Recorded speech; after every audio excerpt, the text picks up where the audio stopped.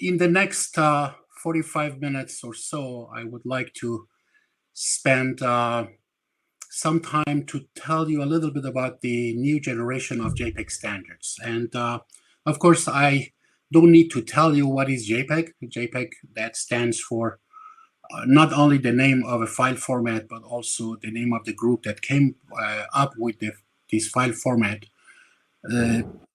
is over 30 years old. In fact, the JPEG file format itself, in September this year, 2022, it will be 30 years old.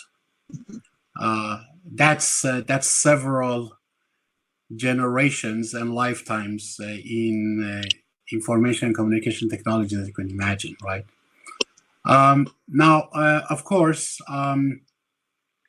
during these 30 plus years, JPEG has been active not only in its flagship and most known format, that is JPEG, but in a number of other projects. Some of them are ongoing, some of them are planned to be launched, and some of them are finished and are in maintenance. In this chart, I'm showing you more or less all the standards that are worth mentioning that came out of JPEG in 4 different categories. Of course, the larger and most important and most well-known are the image coding categories. It started with JPEG, and then there are a number of other standards. I will address some of them, so I'm not going to spend time on that. But I wanted to let you know that JPEG doesn't do only image coding. In fact, it also started at some point about a decade ago to give more importance to system issues, because file formats are becoming, and metadata associated with images is becoming very, very important. And from that point of view, either for annotation, management of images, or just search of images, we have defined a standard. And also across all the coding standards, we have tried to come up with a horizontal set of specification that define how metadata is defined, and how it is inserted, and how it is organized, and which syntax is used for it. So that is referred to as JPEG systems standard. That is part of it is already published as a standard, and some of it is still in progress. Unusual for especially the ISO side of JPEG. In fact, I believe that in ISO, JPEG is the only standardization committee that takes care of also quality evaluation. Historically, quality assessment, quality evaluation of multimedia content has been one of the tasks that have been running under ITU. But since JPEG is under both ITU and ISO and IEC, it is probably the unique and the only standard committee under ISO and IEC that takes care of quality evaluation. And there are actually quite a few things going on there. Unfortunately, we won't have time to talk about it, but it's worth mentioning it here. And then there are 3 exploration going on. These are initiatives that needs a little better understanding before standardization really takes place. I want to just mention them very, very briefly. One of them is called JPEG Fake Media. Fake is not necessarily in a negative sense. It could be also in positive, like special effects in movies. But we are actually getting to a point where it's becoming extremely difficult to see, in terms of audiovisual information, what is real and what is synthesized. And especially AI has been recently playing a very, very important role in that. And JPEG is actually trying to understand how it can help, especially for the visual information side of it, especially in form of images. And everything indicates that probably there will be a call for a proposal that will be issued in April, so in spring time. And there is actually this call already in a draft version. There are a couple of others that are worth mentioning. One is NFT. So I don't know about Iran, but all over the world that I know, NFT is becoming really very, very, very big. This stands for non-fungible tokens. Some people even call it the next phase of the World Wide Web. So we know about Web 1 and Web 2, and going to be Web 3, so at least it's claimed. And of course, many of NFTs are in form of images and the type of information that that JPEG represent. In fact, the most expensive NFT ever sold for $69 million was a JPEG image. So probably JPEG has something to say there also, and therefore there is also an initiative around that. And last but not least is JPEG DNA. So JPEG DNA is not about how to compress DNA or genome as WG8 in SC29 under MPEG does it.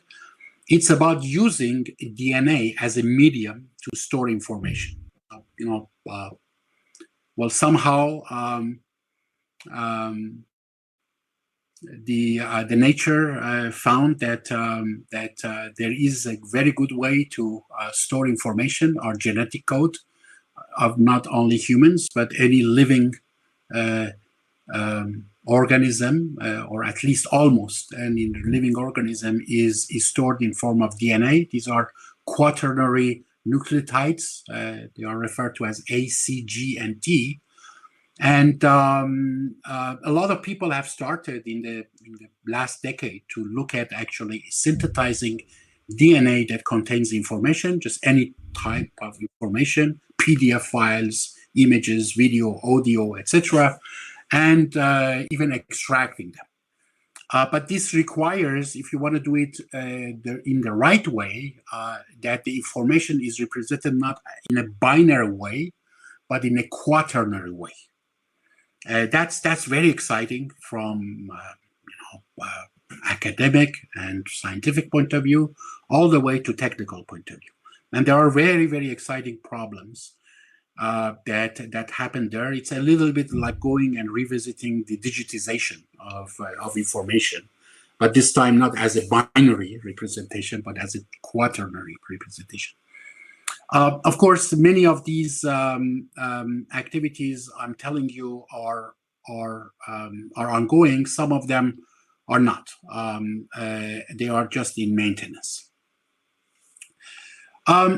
Now, going back to really image coding, I guess you all agree that with the advent of standardizing the JPEG file format, the world of imaging and especially photography really was revolutionized, right? So everything before that was mainly chemical in photography and electronic in imaging in general, and there was a need for a commonly used format in order to be able to create an ecosystem.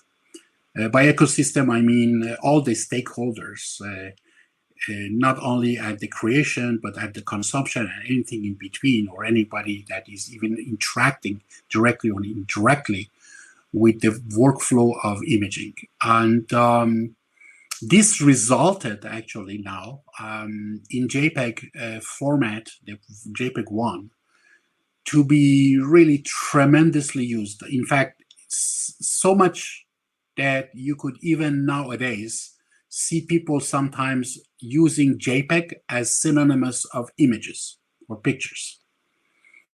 Now, recently, of course, this number has been so high that it's worth paying attention to that. In 2019, so just before the pandemic kicks in, the number of images that were created was estimated to be at the level of 1.4 2 trillion images taken per year.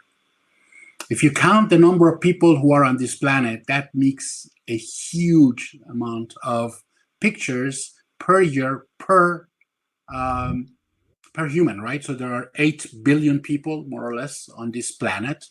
Here we are talking about 142 billion images per year. So divide 142 by 8, that gives you more than 2 images per person per day. Yeah, and it's just amazing. The number, of course, dipped a little bit, but still remained about 1 trillion during the pandemic in 2020. It is not yet exactly recovered because 2021 was still, for its large part, if not all of it, still affected by the pandemic. But in 2022, since situation is changing, there are predictions that the numbers again start increasing, and this increase probably will continue at a significant speed in the upcoming years. So the JPEG 1 is very solid ecosystem despite its age, which is over 30 years old.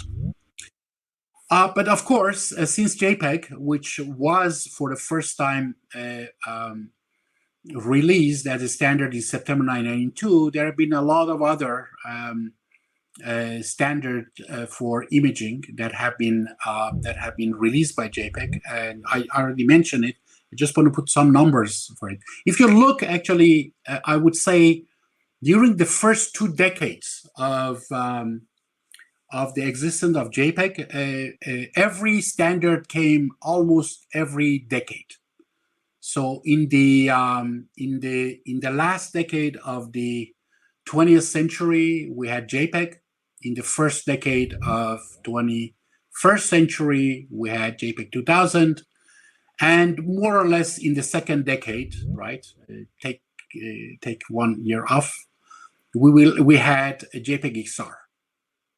But then after that, things accelerated. In fact, to the point that in the last 3 years, we have had almost every year a new standard. Now, people don't go and just standardize.